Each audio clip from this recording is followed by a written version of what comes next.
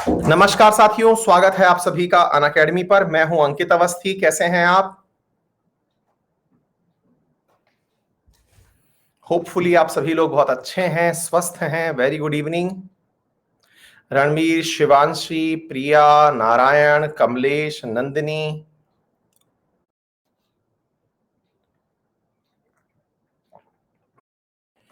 Very warm welcome बेटा। सभी साथियों का स्वागत।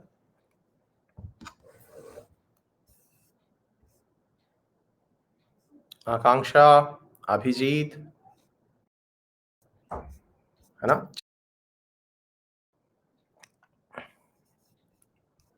हाँ बेटा, वो मिल जाएगा या तो आपको स्पेशल क्लास की बैकग्राउंड में देखना पड़ेगा।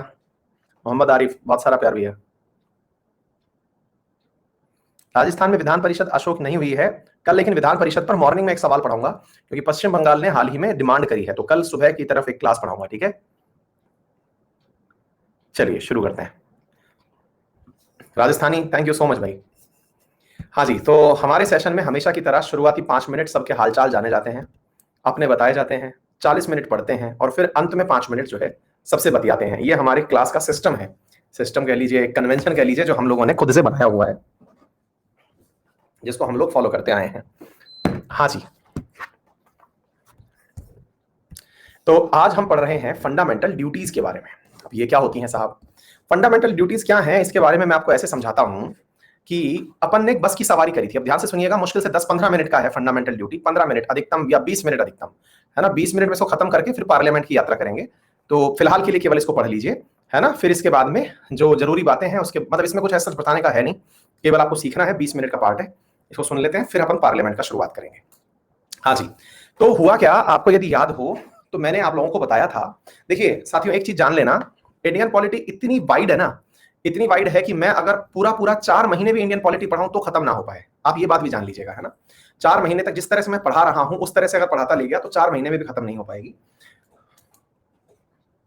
तो 4 महीने में भी खत्म नहीं हो पाएगी। लेकिन अपन लोगों को जो मोस्ट इंपॉर्टेंट पार्ट है वो पढ़ते हुए और जहां से मैक्सिमम सवाल पूछे जा सकते हैं वो खत्म करते हुए चलना है ना। तो आप लोगों से निवेदन है कि ये ना समझें कि एक एक आर्टिकल जो जहां से लिखा हुआ है, एक से लेकर के अंत तक जितने भी आर्टिकल हैं 350 के आसपास, वो सारे आर्टिकल आपको शब्द से बताए जाएंगे। वो ना तो आपके लिए सही है ना ही मेरे लिए सही है, क्योंकि मेरे को भी मेरी क्लासेस चलानी है और आपको भी एग्जाम देना है ना। तो पता चले कि मैं आपको एमए लायक नॉलेज दे दिया यहीं पर ही, तो वो लॉजिकल नहीं रहेगा। तो आप मेरे ऊपर ये जिम्मेदारी छोड़ें कि जो मोस्ट इंपॉर्टेंट पार्ट है, कोई ऐसी इंपॉर्टेंट चीज जो परीक्षा उपयोगी हो, वो ना छूटे। ये हमारा सबसे महत्वपूर्ण कार्य होना चाहिए। बाकी तो साहब पॉलिटी ऐसी बात है कि मैं यूपीएससी के अंदर भी पढ़ाता हूं, 4-4 महीने तक यूपीएससी में चलती है। तो ऐसा तो लेवल आप उम्मीद खुद के लिए ना करें कि भाई मैं पूरा की पूरा यूपीएससी का कंटेंट आपके साथ में शेयर कर दूं, है ना, क्योंकि वो आपकी जरूरत भी नहीं है। ठीक है ना। तो इसलिए आप सबसे निवेदन है कि आपकी जो इंपॉर्टेंट चीजें हैं वो खत्म हो जाएंगी और जो थोड़ी बहुत चीजें ऐसी बच जाएं वो अंत में मैं आपसे पूछ लूंगा कि हाँ भाई कोई इंपॉर्टेंट चीज बची गई हो तो वो बता दो, है ना बेटा। चलो आ जाओ, पेपर लायक जो चीजें हैं वो यहां से हो जाएंगी। चलिए सुनिए, हाँ स्टेट पीसीएस लायक भी यहां से हो जाएगा, होपफुली मैक्सिमम पोर्शन, है ना। चलिए सुनिए ध्यान से। तो हुआ क्या, हम लोगों ने एक यात्रा करी थी बस की। अगर आपको याद हो तो हमने बस की यात्रा करी थी और उस बस के अंदर सवारियां बिठाई थी। बहुत दिन से ये बस चल रही है, क्योंकि जब तक इंडियन पॉलिटी चलेगी ये बस चलती रहेगी। तो इस बस की तो आप आदत डाल लें, मतलब ये बस यात्रा में रहने वाली है। एक मैंने आपको बताई थी रोडवेज की बस जो कि सरकारी थी, और एक थी प्राइवेट बस। ये एंड तक चलेगी, है ना, ये एंड तक चलेगी। जिस दिन पॉलिटी अंतिम दिन होगी तब तक ये चलेगी, है ना, ये याद रखिएगा। हुआ क्या कि आप लोगों ने प्राइवेट बस की सवारी कर ली थी। प्राइवेट बस की सवारी में बहुत सारी सुविधाएं दी गई थी। सुविधाओं में आपको बढ़िया सीट, बढ़िया से पानी की व्यवस्था, बढ़िया एसी, बढ़िया वीडियो देखने की व्यवस्था, ये सारी सुविधाएं जो दी गई थी, इन्हें आपने फंडामेंटल राइट कहा था। कल हमने जब पढ़ा और कल तक हमने ये पढ़ लिया था कि इसमें जो बस के ड्राइवर और कंडक्टर हैं, जो जो यहां पर इसको चलाने वाले हैं, उन ड्राइवर और कंडक्टर्स के भी कुछ अधिकार हैं जिनको काम करने की आवश्यकता है।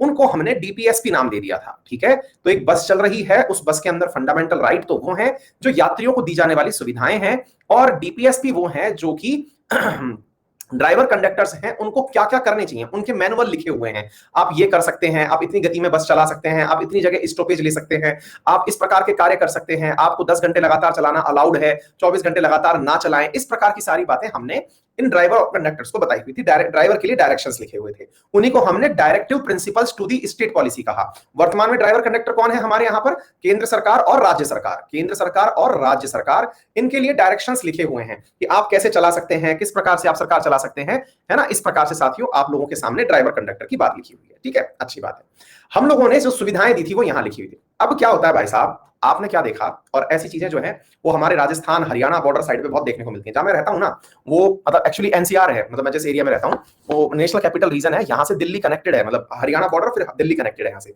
और यहाँ पे क्या होता है कि लोगों को ना बहुत पैसा मिल गया है, मतलब जमीनें बेच बेच के लोगों ने खूब पैसा कमा लिया है ना। और हाँ, तो लोगों ने जमीन पैसा कमा लिया, तो यहाँ पे हमारे एनसीआर वाले रीजन में ऑडी बीएमडब्ल्यू ये दिखना बहुत कॉमन है, ठीक है। मतलब कि और ऑडी बीएमडब्ल्यू किसी पढ़े लिखे आदमी के पास दिखे तो आप लोगों को ज्यादा फीलिंग नहीं आएगी, लेकिन यहां पर उन लोगों को मिली हुई है जो जमीन वाले लोग थे, है ना। जमीन वाले से मतलब हुआ जिनके पास लैंड थी और उन्होंने लैंड बेच दी फैक्ट्री वालों को, ठीक है ना। हाँ, अलवर एनसीआर में आता है, तो अलवर के साथ में बहरोड भिवाड़ी ये वाला जो क्षेत्र है, ऐसे ही नोएडा गुड़गांव ये वाला जो क्षेत्र है, यहां पर क्या है कि यहां पर लोग जो है वो खेत बेच बेच करके 4 छल्ले वाली गाड़ी ले आए, और 4 छल्ले वाली गाड़ी ले आए, और वहां पर क्या हुआ, अब मुआवजा नहीं भैया, करोड़ों रुपए बीघा के हिसाब से जमीन बिकती है यहाँ पे, ठीक है। तो अब वो 4 छल्ले वाली गाड़ी ले आए, अब 4 छल्ले वाली गाड़ी के अंदर वो अपना जो मतलब पान पताका करके जो एक बीड़ी आती है, वो बीड़ी पीना नहीं भूले, बीड़ी पीना नहीं भूले, और वो जो मोजड़ी होती है जूतों में पहनने वाली, जो मतलब जूतियां जिन्हें कहते हैं, उन्हें पहनना नहीं भूले। और जैसी आदत, जैसे मैं अभी आपके पास बैठ करके पढ़ा रहा हूं, तो मैंने आराम से ऊपर पैर बांध के बैठा हुआ हूं मैं, वो तो पैर वो जो मैं बैठ भी नहीं सकता, बिल्कुल पैरों को एकदम जोड़ करके, जैसे अपन नहीं बैठते हैं, मतलब देसी स्टाइल की जो वो होती है शौचालय होते हैं उसमें जिस तरह से बैठते हैं, बकायदा ऑडी में वो उसी तरह से बैठे हुए हैं। मतलब बढ़िया सी बीड़ी चल रही है, और वो बिल्कुल एकदम बढ़िया से, मतलब वही जो देसी शौचालय में अपन बैठते हैं उकड़ू उक करके जो वैसे बैठते हैं ना, वैसे ही उसमें बैठे हुए हैं।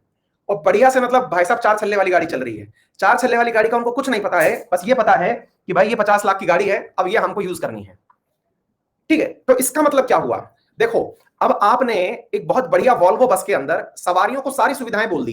क्या बोल दी आपने, आपने बोल दी कि भाई साहब इस बस के अंदर जितने भी यात्री बैठेंगे उन्हें बढ़िया सुविधा दी जाएगी, एसी चलता रहेगा, टीवी चलेगी, ये सब होगा, है ना। लेकिन अब आपको पता है हुआ क्या, ये जो सारी की सारी स्थिति आपने देखी, इस स्थिति में अब सवारियों ने क्या कारनामे कर दिए। हाँ, ताऊ हुक्का पी रहा है ऑडी में, बिल्कुल, है ना, बिल्कुल। मतलब उसके पीछे भी वही, मतलब नेहा रिंकी पिंकी सारे नाम लिखे हुए हैं ऑडी के पीछे भी, जैसे ट्रैक्टर की ट्रॉली के पीछे लिखे होते हैं, ऐसे हमारी यहाँ की ऑडियो के पीछे भी आपको लिखे मिल जाएंगे, नेहा रिंकी पिंकी दी गाड़ी, है ना, उस प्रकार से। मतलब अपने बच्चों के कई तो अपने मोबाइल नंबर लिख देते हैं, क्या ना। हाँ, मतलब बस अभी इतनी खैर है कि जगह मिलने पर साइड दी जाएगी, बस ये नहीं लिखा हुआ है। अच्छा, तो अब क्या हुआ, तो साहब ये सारी स्थितियों के साथ में यहां पर अब सवारियों को जो अपनी बस में बैठी थी, उन्होंने जैसे ही देखी कि बढ़िया बस है, और बढ़िया बस में बढ़िया कुशन लगा हुआ है, गद्दी लगी हुई है, अब गद्दी के साथ क्या किया कि यार इस गद्दी का बस में लगा लगा क्या इस्तेमाल करेंगे, तो चलिए गद्दी फाड़ते हैं, है ना। ये बिल्कुल वैसी चीज हो गई कि आपने, सरकार ने, मतलब आपने प्राइवेट बस करी, और यहां पर क्या हुआ, एक विद्यार्थी हैं राहुल कुमार, वो कह रहे हैं कि कंफ्यूज, डिडंट अंडरस्टैंड। हाँ, तो राहुल बेटा तुम्हारे मतलब की बात नहीं है ये, तुम थोड़े बड़े लेवल के हो, है ना, तो ये औरों को समझाने के लिए बातें हैं बेटा। तो ये जो प्राइवेट बस जा रही थी ना बेटा, इस प्राइवेट बस में जो सवारी बैठी थी, इनको सुविधाएं तो दी गई थी, और जो सुविधाएं दी गई थी, उन सुविधाओं में उन सवारियों ने क्या किया, जिस बस पर वो बैठे थे उस बस को ही फाड़ना शुरू कर दिया। बोले ये फॉर्म ले चलते हैं, घर में काम आएगा, है ना। हाँ, जैसे ट्रेन के डब्बे में, ट्रेन के अंदर शौचालय में से जो डब्बा रखा होता है वो चुरा ले जाते हैं, ऐसे ही बस के अंदर रखी हुई जो चीजें थी, जैसे परफ्यूम कहीं रखा हुआ था वो उतार लिया है। टीवी के अंदर पता चल रहा था कि बढ़िया फिल्म चल रही है, तो उसमें हुटिंग शुरू कर दी, है ना। जैसे कोई बढ़िया सा सीन आए तो बिल्कुल माहौल बना दे एकदम टाइट, है ना, कि हाँ भाई अब होगा कारनामा, और तालियां बज रही हैं, यस ये देखो ये हीरो हीरोइन के नजदीक आ गया। वो जो फीलिंग आना शुरू हुई, इससे पूरा की पूरा डेकोरम बिगड़ गया। ऐसा लग गया कि ये बस तो बढ़िया वॉल्वो थी, लेकिन इसकी हालत बिगड़ चुकी है ना। इसलिए इंदिरा गांधी जी को लगा कि इस देश में बढ़िया सुविधाएं दे दी गई, हमने अपने लिए नियम बना लिए, लेकिन जो लोग बैठे हैं इनके लिए भी कुछ नियम होने चाहिए, इनके लिए भी कुछ नियम होने चाहिए, अदरवाइज तो ये आउट ऑफ कंट्रोल हो जाएंगे। अब आपको बात समझ में आई, अब आपको बात समझ में आई, हम सब करो जरा। इनके लिए कुछ नियम होने चाहिए, और उन्हीं नियमों के अंदर साहब जी स्वागत हुआ किसका, 42वें संविधान संशोधन के माध्यम से स्वर्ण सिंह समिति, जो कि उस समय विदेश मंत्री हुआ करते थे, उनकी सिफारिशों के आधार पर, मेरे प्यारे साथियों, सरदार स्वर्ण सिंह की सिफारिशों के आधार पर 1976 में भारतवासियों के लिए भारत के संविधान के पार्ट 4A में आर्टिकल 51A में ड्यूटीज लिखी गई कि भारत वालों को क्या जरूरी है, कि अगर आपने देश के अंदर सेवाओं का लाभ लिया, तो सेवाओं का लाभ लिया तो कौन सी सेवाओं को लाभ लेते समय आपकी क्या जिम्मेदारी होनी चाहिए। क्या आप लोगों को मेरी बात समझ में आई। किससे इंस्पायर्ड था, इस प्रकार की ड्यूटी रशिया वालों के पास भी लिखी हुई थी। बहुत सारे लोग कहते हैं कि ड्यूटीज बता देने से ही कुछ थोड़ी हो जाता है, आपने बता दी कि भैया आपका कर्तव्य है कि आप ऐसा करें, लोगों ने कहा कर्तव्य बताया है, मैंडेटरी तो नहीं लिखा है। आ रही बात समझ में? जूही सही कह रही हो। बोले कर्तव्य बताया है लेकिन मैंडेटरी थोड़ी किया है। मैंडेटरी से मतलब हुआ कि आपने ये थोड़ी कहा है कि ये फॉलो करना कंपलसरी। अरे कोई बात नहीं, आज आपको बताया गया है, कल से इसको कानूनी रूप भी दे दिया जाएगा। भारत में ऐसा तो बहुत बार हुआ है। पहले आपको चेतावनी दी जाती है, जैसे मोदी जी ने शुरुआत में कहा कि मित्रों अभी हम आप लोगों के लिए 2 दिन का वीकेंड कर्फ्यू लगाने जा रहे हैं कोरोना से निपटते समय। आप सबसे गुजारिश है घर में रहें और कोरोना को बर्तन बजा के भगाएं। सबने भगाया, मैंने भी बर्तन बजा के भगाया, अपन सबने साहब ये काम किया। उसके बाद में जब पता चल गया कि ये सब बर्तन बजाने में कामयाब हैं, घर में रह सकते हैं, तो मित्रों 15 दिन का लॉकडाउन लगा के देखते हैं। तो सरकार करने से पहले आप लोगों के ऊपर प्रैक्टिकल करती है, यानी कि चूहों पर प्रयोग किए जाते हैं। प्रयोग हम पर किया गया कि इनको पहले संस्कार सिखाते हैं, क्या पता लिखे होने से ही कुछ लोग बातें मान जाएं। जैसे आपने बहुत बार देखा होगा कि सरकारी बस के ऊपर लिखा होता है कि कृपया धूम्रपान ना करें, तो कईयों को वो देख करके समझ में आ जाता है कि चल छोड़ यार, धूम्रपान नहीं करना। हर आदमी को तो नहीं आता, लेकिन कुछ को तो समझ में आ जाता है। कृपया मोबाइल तेज वॉल्यूम में ना बजाएं, लिखा होता है आजकल के मोबाइल गाड़ियों में सब जगह लिखा होता है कृपया मोबाइल तेज वॉल्यूम में ना बजाएं। ठीक है, तो ऐसी स्थिति में कुछ लोगों को लगता है कि चलो यार अपनी वजह से परेशान, लिख दिए गए। एग्जैक्टली इंडिया में भी ऐसे ही किया गया। हम सभी लोगों के लिए कुछ कर्तव्य बता दिए गए। क्या बता दिए गए कि भैया आपको इस देश में रहना है, रहिए, लेकिन आपके सामने कुछ कर्तव्य बताए जा रहे हैं जिन्हें आप पूरा करें। किसी ने पूछा, अब कई समझदार प्राणी निकले, उन सबों ने सबने सवाल पूछा कि सर आपने फंडामेंटल ड्यूटी तो बता दी, लेकिन एक बात बताओ, फंडामेंटल ड्यूटी पार हमने नहीं मानी तो क्या कीजिएगा? हाँ, तो अब सरकार से भी पूछा गया, इंदिरा गांधी जी से भी पूछा गया कि मैडम एक बात बताओ, अगर ऐसी परिस्थिति बन गई कि लोगों ने बात नहीं मानी तो क्या कीजिएगा? है ना? हर्षद कह रहे हैं कि बस वाली कहानी पेटेंट करा लो। बेटा मेरी हर बार अलग कहानी होती है, मैं अलग कहानी से शुरू करता हूँ। लास्ट बैच में ये कहानी सुनाई नहीं थी, ये अभी आप लोगों के सामने मतलब बनाई है मैंने। ठीक है, अच्छा, तो फिर ऐसी स्थिति में है ना, तो बोले अब इंदिरा मैडम जी से पूछा गया कि मैडम जी एक बात बताओ, किसी ने नहीं माना आपकी बात को तो क्या कीजिएगा?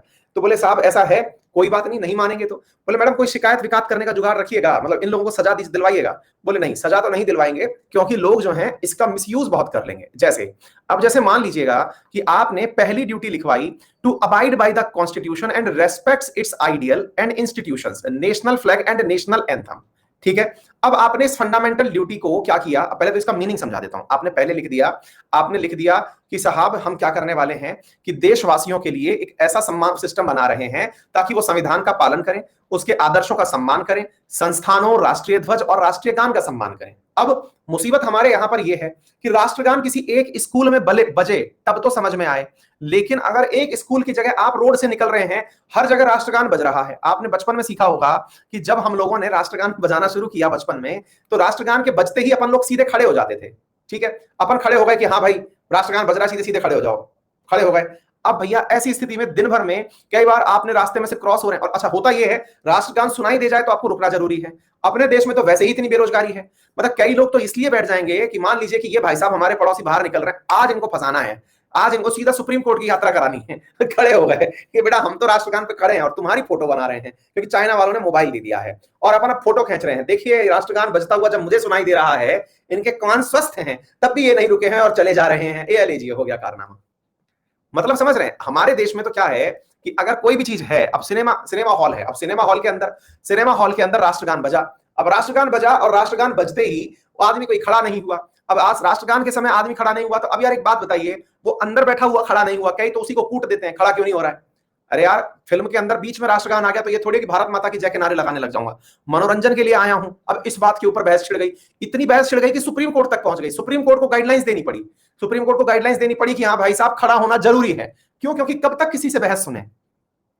आप नहीं, सच्चाई है, ये सुप्रीम कोर्ट में पहुंच गया, ये मुद्दा पहुंच गया। तो सुप्रीम कोर्ट ने कहा कि हाँ भाई राष्ट्रगान बजे तो सब खड़े हो जाना। क्यों? पता नहीं है ना कौन किसको ठोक देगा कि भाई खड़ा नहीं हो रहा है ये। अब ये तो बहुत बड़ी बात है। अब चक्कर ये है कि राष्ट्रगान अंदर बज रहा है तो बाहर भी सुनाई दे रहा है, अब बाहर सुनाई दे रहा है तो सब चीजें रुक जाएंगी। तो ऐसी स्थिति में इनको कानूनी रूप देना बहुत मुश्किल काम है। मतलब ये चीजें ऐसी हैं कि आप इन्हें कह सकते हो कहने के लिए कि ऐसा करें, है ना, लेकिन आप ये नहीं कह सकते कि मैंडेटरी है कि आप इस प्रकार से इसको करें। ठीक है ना, क्योंकि अल्टीमेटली भाई आप कॉमन सेंस लगाइए इसमें, मतलब बाकी कोई रॉकेट साइंस नहीं है। आज इसमें केवल कॉमन सेंस लगाइए कि आपने अगर, अब मान लीजिए रेस्पेक्ट ऑफ आइडियल्स की बात हो रही है कि भारत के जितने संविधान के जो आदर्श हैं उनका सम्मान करो। अब संविधान के आदर्श का सम्मान करो। कल परसों किसी क्लास में मैं आप ही की क्लास में बोल रहा था कि भाई मैं बहुत ज्यादा प्रभावित हूं 3 लोगों से, महात्मा गांधी जी से, नेहरू जी से और वल्लभ भाई पटेल जी से, और एक चौथा व्यक्ति था मेनन साहब। इनसे मैं बहुत प्रभावित हूं क्योंकि मॉडर्न हिस्ट्री में मैंने इनके बारे में पढ़ा। अब उसी समय कमेंट बॉक्स में लिखा आ गया, तो सर क्या भगत सिंह से प्रभावित नहीं है? तो क्या साहब आप अंबेडकर साहब जी से प्रभावित नहीं है? तो यार मतलब ये चीज क्या हो गई, अपने आप मारने वाली हो गई। क्यों? क्योंकि आपने 4 नाम लिए, बाकी के नाम एक बार में नहीं बोल पाए। अब अगर आपने नहीं बोल पाए तो मारे गए। क्यों? क्योंकि आपने कहा आदर्शों का सम्मान करेंगे। क्लास की रिकॉर्डिंग सुप्रीम कोर्ट में चली गई कि साहब देखो ये 4 का ही सम्मान करता है, और हमने पूछा था, कमेंट बॉक्स में लिखा था, हमने कमेंट बॉक्स में लिखा था कि आप भगत सिंह का सम्मान करते हैं कि नहीं, आप अंबेडकर जी का सम्मान करते हैं कि नहीं। इनने कुछ नहीं बोला सर। ये लो, मैं पता चल रहा है कि वहां क्लास लड़ रहा हूं अपनी। तो कहने का मतलब ये है कि ये सारी चीजें, ड्यूटी जो है, इनको आप किसी को बता सकते हो, कंपलसरी नहीं कर सकते। आ गई बात समझ में? अच्छा, दूसरा, to cherish and follow the noble ideas with which inspired our national struggle of freedom. स्वतंत्रता के लिए हमारे राष्ट्रीय संघर्ष को प्रेरित करने वाले महान आदर्शों को संजोना और उनका पालन करना। मतलब हमारा जब देश, ये हमारी ड्यूटीज हैं, आपको मालूम होनी चाहिए। अच्छा, अब क्या हुआ? अब क्या हुआ साथियों?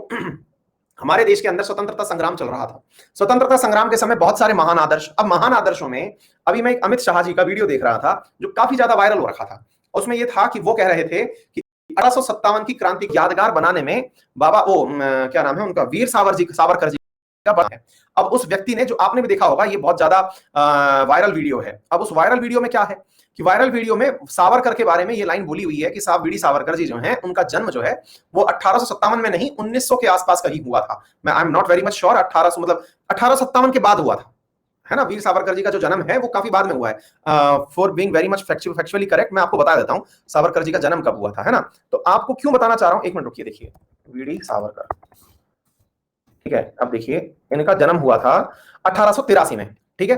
1883 में इनका जन्म हुआ था, 83 में जन्म हुआ। और अमित शाह जी कह रहे हैं कि 1857 की क्रांति को मतलब यादगार बनाने में सावरकर जी का बड़ा योगदान है। अब भाई साहब, इसके ऊपर गजब मीम बन गए कि 1857 की क्रांति को यादगार बनाने में 1883 में पैदा हुए व्यक्ति का क्या योगदान है। अब यह है हमारा अल्प ज्ञान, और व्हाट्सएप यूनिवर्सिटी को बस इतना ही दिमाग चाहिए, है ना। व्हाट्सएप यूनिवर्सिटी को इतना ही चाहिए। मैं अमित शाह जी को डिफेंड नहीं कर रहा हूं, लेकिन फैक्चुअली मैं आप लोगों को भी करेक्ट कर देता हूं, और वो ये है कि 1857 की क्रांति एक स्वतंत्रता संग्राम था। ये भारत में किताब लिखने वाले वीर सावरकर ही थे। 1857 की क्रांति के साथ में क्रांति शब्द ही यूज नहीं होता था। 1857 की क्रांति के साथ में कभी ये केवल एक मतलब सैनिक विद्रोह कंसीडर किया जाता था, ठीक है। एक सैनिक विद्रोह कंसीडर, सेपाई म्यूटिनी कहा जाता था। इसे कभी स्वतंत्रता संग्राम नाम ही नहीं दिया गया। स्वतंत्रता संग्राम नाम से वीडी सावरकर जी ने पुस्तक लिखी। उस पुस्तक के अंदर इन्होंने यह शब्द लिखा, कौन सा? 1857 की क्रांति, मतलब देश का पहला स्वतंत्रता संग्राम। ये उनके द्वारा लिखी गई किताब थी यार। उसका नाम भी देखो, मैं प्रॉपर 1857 के बारे में जो क्रांति शब्द था ना, वो शब्द इन्हीं ने ही यूज किया था भारत में। और इतनी ज्यादा वायरल हुई थी इनकी किताब कि इस वायरल किताब के ऊपर इंडिया में रोक लगा दी गई थी।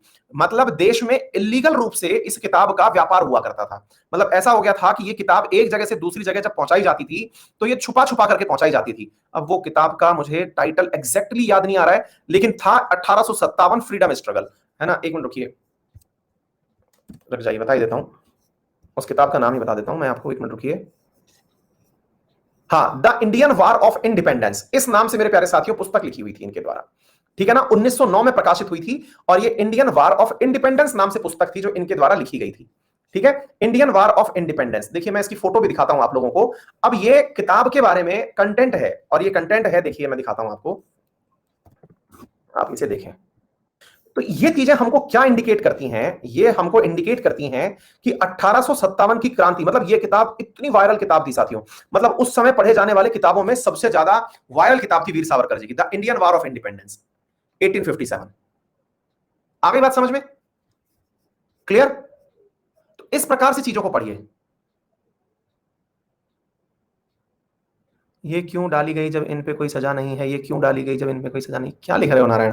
बेटा एक बार में रिपीटेटिव काम मत करो नारायण, है ना। फिर देख लो तुम्हारे खिलाफ यहाँ पे भारत छोड़ो आंदोलन लगने लग गए, है ना। मतलब मान जाओ बेटा, है ना। तो आपको बात समझ में आ गई मैंने क्या कहा? हाँ, ये हिंदी में भी है बेटा, और ये किताब जो है इतना, ये वायरल कंटेंट था उस समय का, ठीक है। अच्छा, तो आपको मुद्दा समझ में आ गया। तो 1909 के अंदर किताब लिखी गई थी 1857 के बारे में, जिसके कारण 1857 आज हम लोग क्रांति के रूप में पढ़ते हैं, इंडियन वार ऑफ इंडिपेंडेंस के नाम से इसे पढ़ते हैं, ठीक है। लेकिन वायरल बनाने वालों को तुरंत वायरल बनाया गया और कहा क्या गया कि देख लीजिए ये तथ्यात्मक त्रुटि है। अब हमारे देश में ये वाला जो कार्य है ना, राष्ट्रीय संघर्ष को प्रेरित करने वाले महान आदर्शों को संजोना और पालन करना, आज उल्टा हो रहा है। क्या हो रहा है? पार्टी में बांट दिया गया है।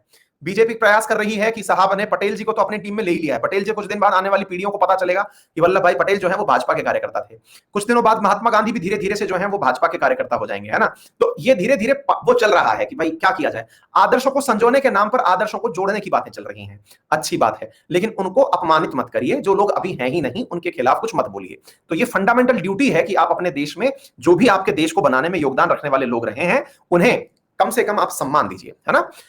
Uphold and protect the sovereignty, unity and integrity of India, मतलब यह हुआ भारत की संप्रभुता, एकता और अखंडता को बनाए रखना। अब यह फंडामेंटल ड्यूटी है।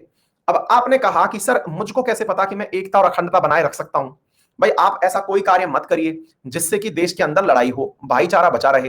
अब आप पूछेंगे सर कि अगर मान लीजिए कि मेरी पड़ोसी से लड़ाई होगी तो ये कहां कंसीडर करोगे, और पड़ोसी से लड़ाई हो गई तो सर फिर तो ये जो एकता वाली बात है ये गड़बड़ कर गई। तो अपने देश में स्पष्टीकरण का अभाव है, इसलिए ये चीज केवल व्यवहारिक रूप से बताई गई कि आप देश में संप्रदायवाद मत फैलाइए, क्षेत्रवाद मत फैलाइए, भाषावाद मत फैलाइए, जातिवाद मत फैलाइए, ताकि आपके देश के अंदर एकता स्थापित रहे, है ना। तो ये धीरे धीरे जैसे जैसे देश लिटरेट होगा लोगों तक ये बातें पहुंचती जाएंगी।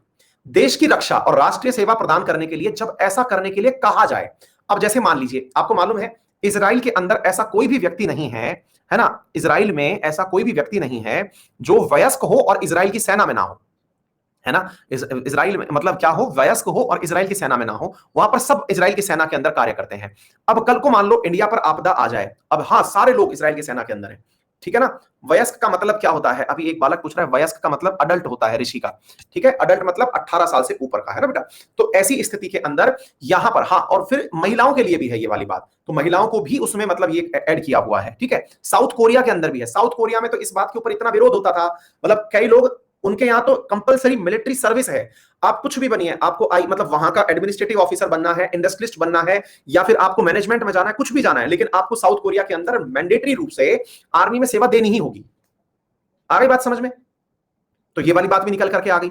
अच्छा, तो ऐसी स्थिति में देश की रक्षा और राष्ट्रीय सेवा के लिए अगर आपकी भी जरूरत कभी पड़ी, हाँ एक सिंगर ग्रुप पढ़ाया था ना मैंने आप लोगों को, तो आपकी भी कभी जरूरत पड़ी तो आपको भी ऐसे कहा जा सकता है। ऑलरेडी अपने देश में मतलब काफी पर्याप्त मात्रा में सेना है, इसलिए हमें आवश्यकता अभी नहीं है, ठीक है।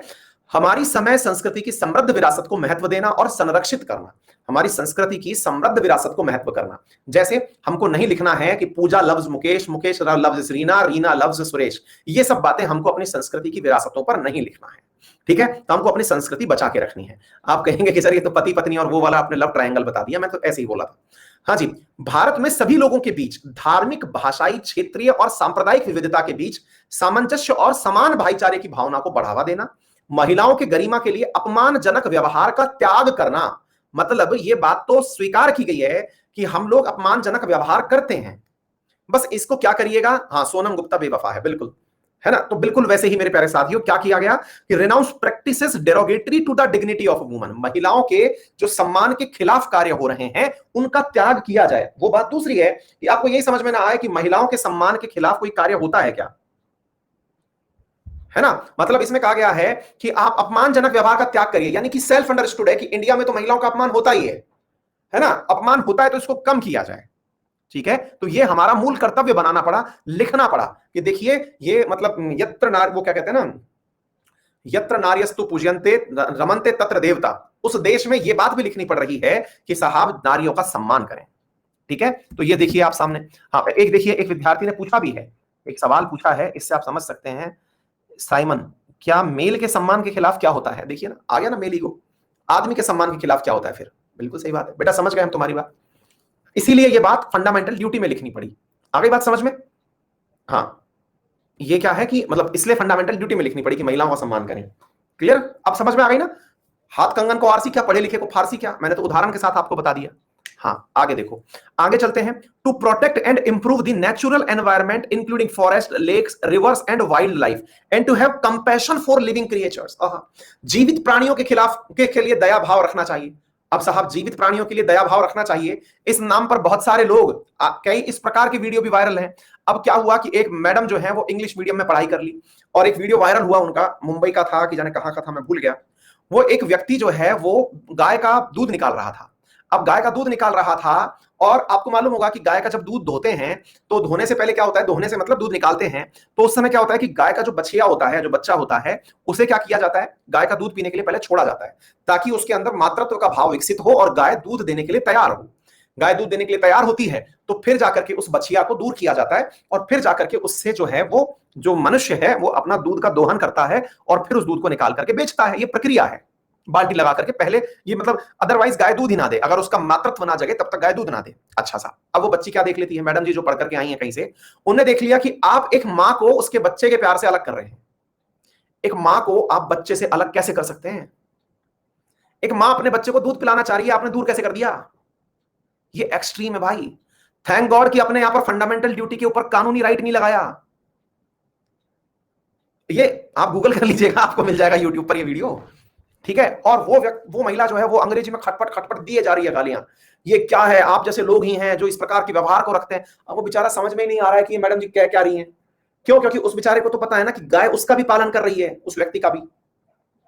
क्यों? अब आप सोच के देखो कि गलती से अपने देश में यह चीज कानूनी रूप लेकर के आ जाए, मैं कह रहा हूं सुप्रीम कोर्ट ताला लगा के छुट्टी पे चली जाए, ग्रीष्मकालीन अवकाश में जजेस जो है वो अंडरग्राउंड हो जाएं, इतने सारे केस आ जाएं, इतने सारे केस आ जाएं भाई साहब। हैं इंडिया के जो नॉन वेजिटेरियन है वो तो मतलब पूरी तरह से मतलब खटिया पर पड़ जाएंगे ओढ़ करके कि भैया फिर खाएं क्या? भाई कुछ तो खाना पड़ेगा ना, सब लोग वेज खा लेंगे तो फिर मुसीबत नहीं हो जाएगी? तो ऐसी स्थिति के अंदर बहुत मतलब आपको समझना होगा कि इसलिए इंदिरा गांधी जी को लोग कहते हैं कि भाई इंदिरा गांधी जी ने इसको कोई भी कानूनी रूप नहीं पहुंचाया। अरे कानूनी रूप पहुंचाती सुप्रीम कोर्ट ताले लगाने पड़ते, अलग से 2 सुप्रीम कोर्ट अलग से अप्लाई लगानी पड़ती कि भाई चलो तुम अपना अपना काम संभालो, एक फंडामेंटल ड्यूटी में सुप्रीम कोर्ट चल रही होती, ठीक है। हाँ, वैज्ञानिक स्वभाव मानवतावाद को विकसित करने के लिए जांच और सुधार की भावना रखना। वैज्ञानिक स्वभाव के लिए आपको अपने अंदर सुविधाओं का ये इस प्रकार का भाव रखना है कि कल को साइंस के माध्यम से, हाँ जी, हाँ, अगर मान लीजिए कि साइंस के माध्यम से कोई डेवलपमेंट हो तो उसे अपनाना।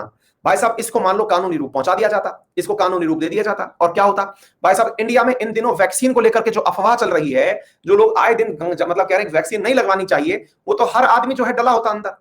क्यों? क्योंकि उसने साइंटिफिक टेम्परामेंट को चैलेंज कर दिया। आप बात समझ रहे हैं? पता चला कि वो भाई साहब साइंटिफिक टेम्परामेंट के चक्कर में वो जेल में डला हुआ है।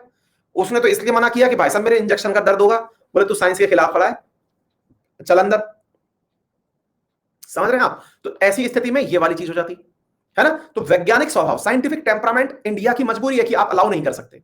सार्वजनिक संपत्ति की सुरक्षा करना और हिंसा को त्यागना, मतलब समझिएगा एब्ज्यूर वायलेंस, हिंसा को त्यागिए। मतलब अभी आप हिंसक हैं उसे छोड़िए, अभी आप हिंसक हैं उसे आप छोड़िए। तो फिर अगर हिंसा को छोड़ने की आप बात कर रहे हैं, सार्वजनिक संपत्ति की सुरक्षा, अब ऐसी स्थिति में तो बेचारी पॉलिटिकल पार्टी बेरोजगार हो जाए।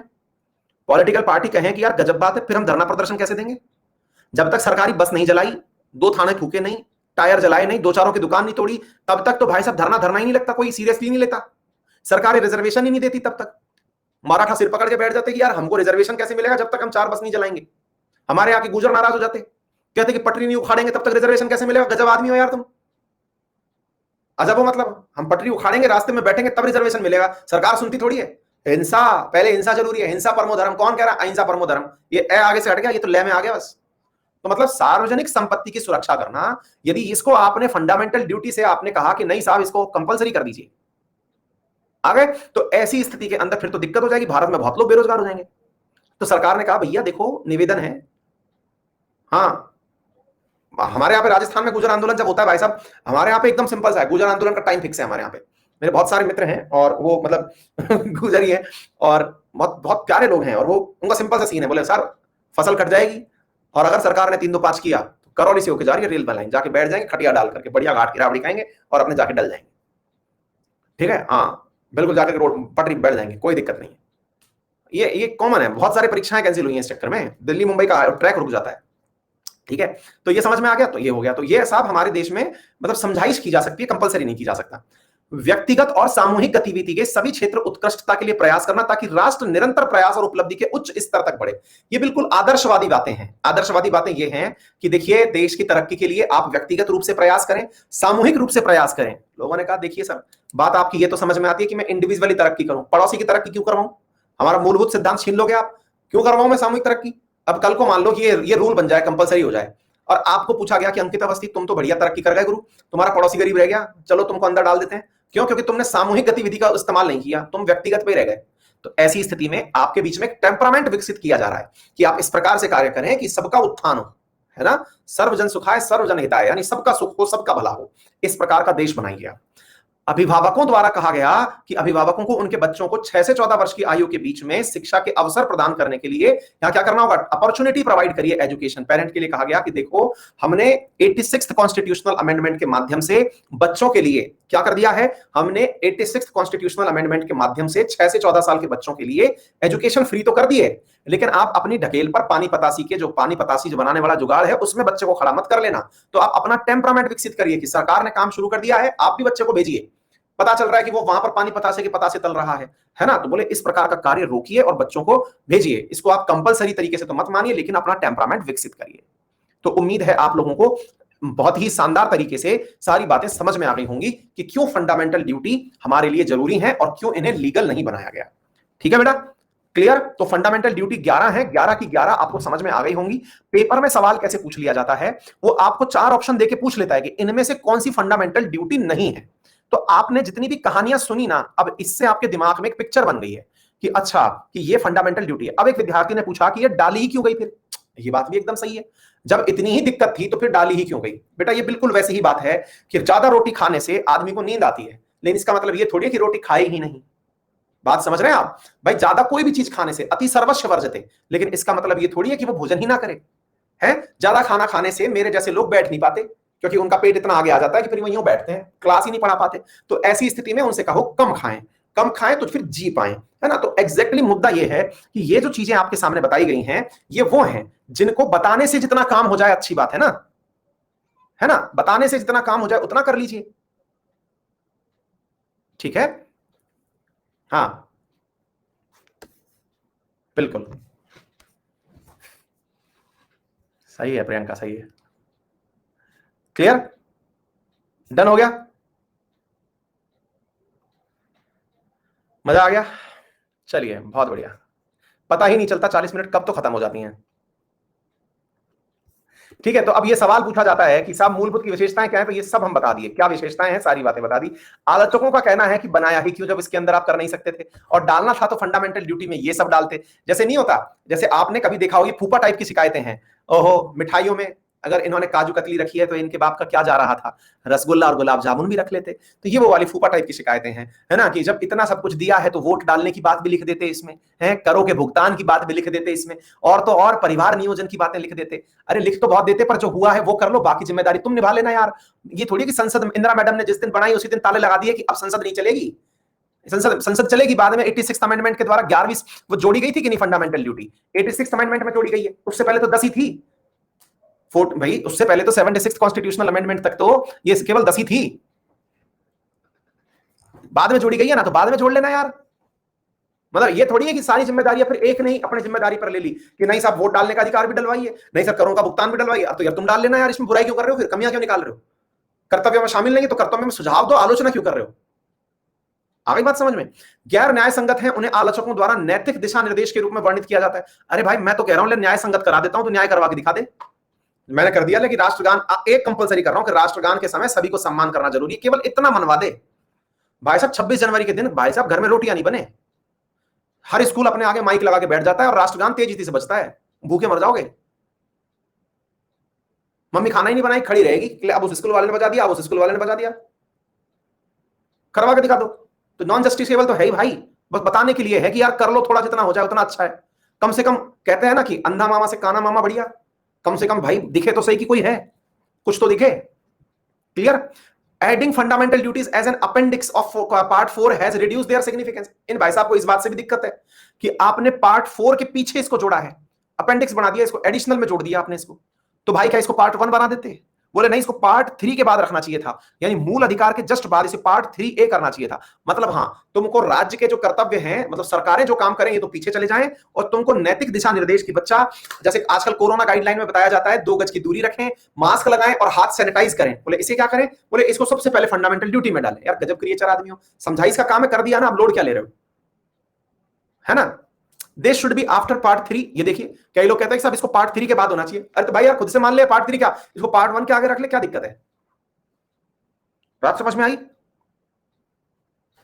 2 गज दूरी, मास्क है जरूरी। 11 ड्यूटी है।